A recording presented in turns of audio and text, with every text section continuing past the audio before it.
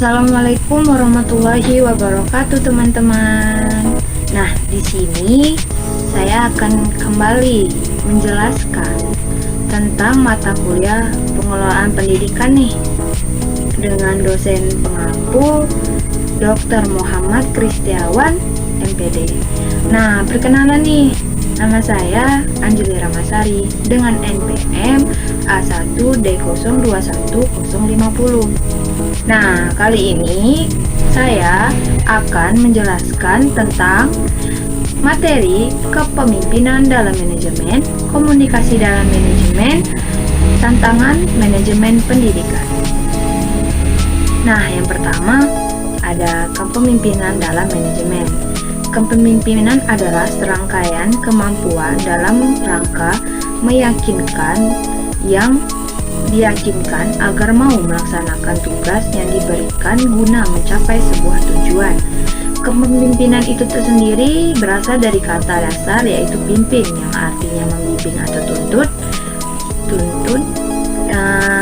Dan yang kedua ada pimpin, lahirnya kata kerja memimpin, yang artinya membimbing atau menentukan dan benda pemimpinan, yaitu arti yang berfungsi untuk memimpin atau membimbing atau menuntun. Nah, unsur-unsur dalam kepemimpinan ada 4 nih, teman-teman. Yang pertama, ya harus dong ada pemimpin. Yang kedua, ada yang dipimpin. Jika ada pemimpin, so pastilah ada yang harus dipimpin kan. Yang ketiga, proses mempengaruhi. Yang pertama, proses memberi arahan. Yang kedua, memberi motivasi. Yang ketiga, mampu untuk menciptakan rasa percaya diri. Yang keempat, mempengaruhi dan gerakan. Yang keempat, adanya tujuan yang ingin dicapai. Selanjutnya, fungsi-fungsi kepemimpinan. Yang pertama, fungsi instruksi. Fungsi instruksi ini adalah fungsi yang bersifat konsumsi satu arah. Pimpinan sebagai komunikator merupakan pihak yang menentukan apa, bagaimana, bila mana, dan di mana perintah itu dikerjakan agar tercapai. Keputusan dapat dilakukan secara efektif. Yang kedua ada fungsi konsultasi. Fungsi konsultasi itu adalah fungsi yang bersifat komunikasi dua arah. Nah, konsultasi ini itu dimaksudkan untuk memperoleh masukan berapa umpan balik atau feedback untuk memperbaiki dan menyempurnakan keputusan-keputusan yang ditetapkan dan dilaksanakan. Yang ketiga ada partisipasi. Partisipasi ini memiliki fungsi kepemimpinan berusaha mengaktifkan orang-orang yang dipimpin. Nah, yang keempat ada fungsi delegasi. Fungsi delegasi ini yaitu fungsi untuk dilaksanakan dengan memberikan pelimpahan wewenang atau membuat atau menetapkan keputusan baik melalui persetujuan maupun dari atasan. Yang terakhir ada fungsi pengendalian. Fungsi pengendalian yang berarti kepemimpinan yang efektif mampu mengatur aktivitas anggota secara terarah dalam koordinasi dana efektif sehingga memungkinkan tercapainya tujuan bersama secara maksimal. Fungsi ini dapat diwujudkan melalui kegiatan bimbingan, pengarahan, koordinasi, dan pengarahan.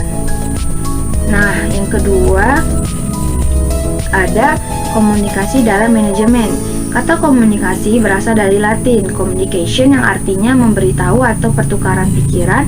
Jadi, dalam suatu proses komunikasi haruslah terdapat unsur-unsur kesamaan makna agar terjadi suatu pertukaran pikiran dan pengertian antara komunikator, penyebar pesan, dan komunikan atau penerima pesan. Nah, komunikasi dalam manajemen dibagi menjadi dua, yaitu komunikasi internal atau komunikasi internal. Komunikasi internal adalah pertukaran gagasan di antara para administrator dan pegawai dalam sebuah organisasi atau instansi yang menyebabkan terwujudnya organisasi tersebut lengkap dengan struktur yang khas dan pertukaran gagasan secara horizontal dan vertikal dalam suatu organisasi yang menyebabkan pekerjaan berlangsung atau operasi manajemen. Yang kedua ada komunikasi ekster atau komunikasi eksternal, ialah komunikasi antara pimpinan organisasi atau instansi dengan khalayak di luar organisasi. Sedangkan menurut Mulyasa 2002, komunikasi eksternal merupakan bentuk hubungan sekolah dengan lingkungan eksternal di sekitarnya untuk menentukan masuknya dari lingkungannya berkaitan dengan kegiatan-kegiatan yang dilakukan di sekolah. Nah, yang terakhir ada tantangan dalam manajemen.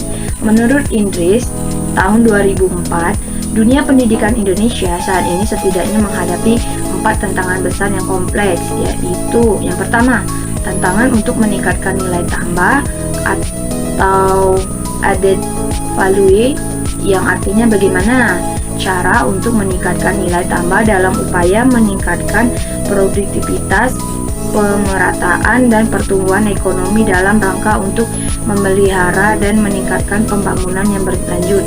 Yang kedua ada tantangan untuk melakukan pengkajian secara komprehensif dan dalam terhadap terjadinya transformasi atau perubahan struktur masyarakat dari masyarakat yang agraris ke masyarakat industri yang menguasai teknologi dan informasi, yang implikasinya pada tuntutan dan pengembangan sumber daya alam atau SDM. Yang ketiga ada tantangan dalam persaingan global yang semakin ketat, yaitu bagaimana meningkatkan daya saing bangsa dalam meningkatkan karya yang bermutu dan mampu bersaing sebagai hasil penguasa ilmu pengetahuan, teknologi, dan seni atau iptek. Yang keempat ada munculnya kolonialisme politik. Dengan demikian, kolonialisme kini tidak lagi berbentuk fisik, melainkan dalam bentuk informasi. Adapun solusi untuk menghadapi tantangan manajemen pendidikan, yaitu kita harus menyediakan banyak tenaga pengajar yang profesional yang tidak hanya memiliki pengetahuan namun juga memiliki keterampilan agar mampu bersaing dalam era globalisasi saat ini. Kemudian menyediakan banyak sarana belajar dan memberikan pemerataan pendidikan bagi seluruh pendidikan. Seluruh masyarakat diharapkan dapat menguasai ilmu pengetahuan dan teknologi agar menghasilkan produk yang bermutu dan memiliki daya saing yang tinggi. Kemudian mengatur kembali sistem manajemen dalam lembaga pendidikan yang bekerja dengan pemerintah. Apabila pendidikan dasar sebagai basis pembangunan internasional diserahkan kepada tanggung jawab daerah, maka program pelatihan yang dibutuhkan oleh daerah harusnya diserahkan pada daerah juga. Daerah yang persis mengetahui potensi pembangunan, kesempatan kerja, serta kemampuan yang dibentuk oleh daerah di dalam pembangunan. Nah, sekian nih materi yang dapat saya jelaskan. Apabila ada kesalahan, saya mohon maaf, karena kesempurnaan itu hanya milik Allah. Saya berterima kasih sekali lagi kepada dosen pengampu. Saya tutup. Wassalamualaikum warahmatullahi wabarakatuh.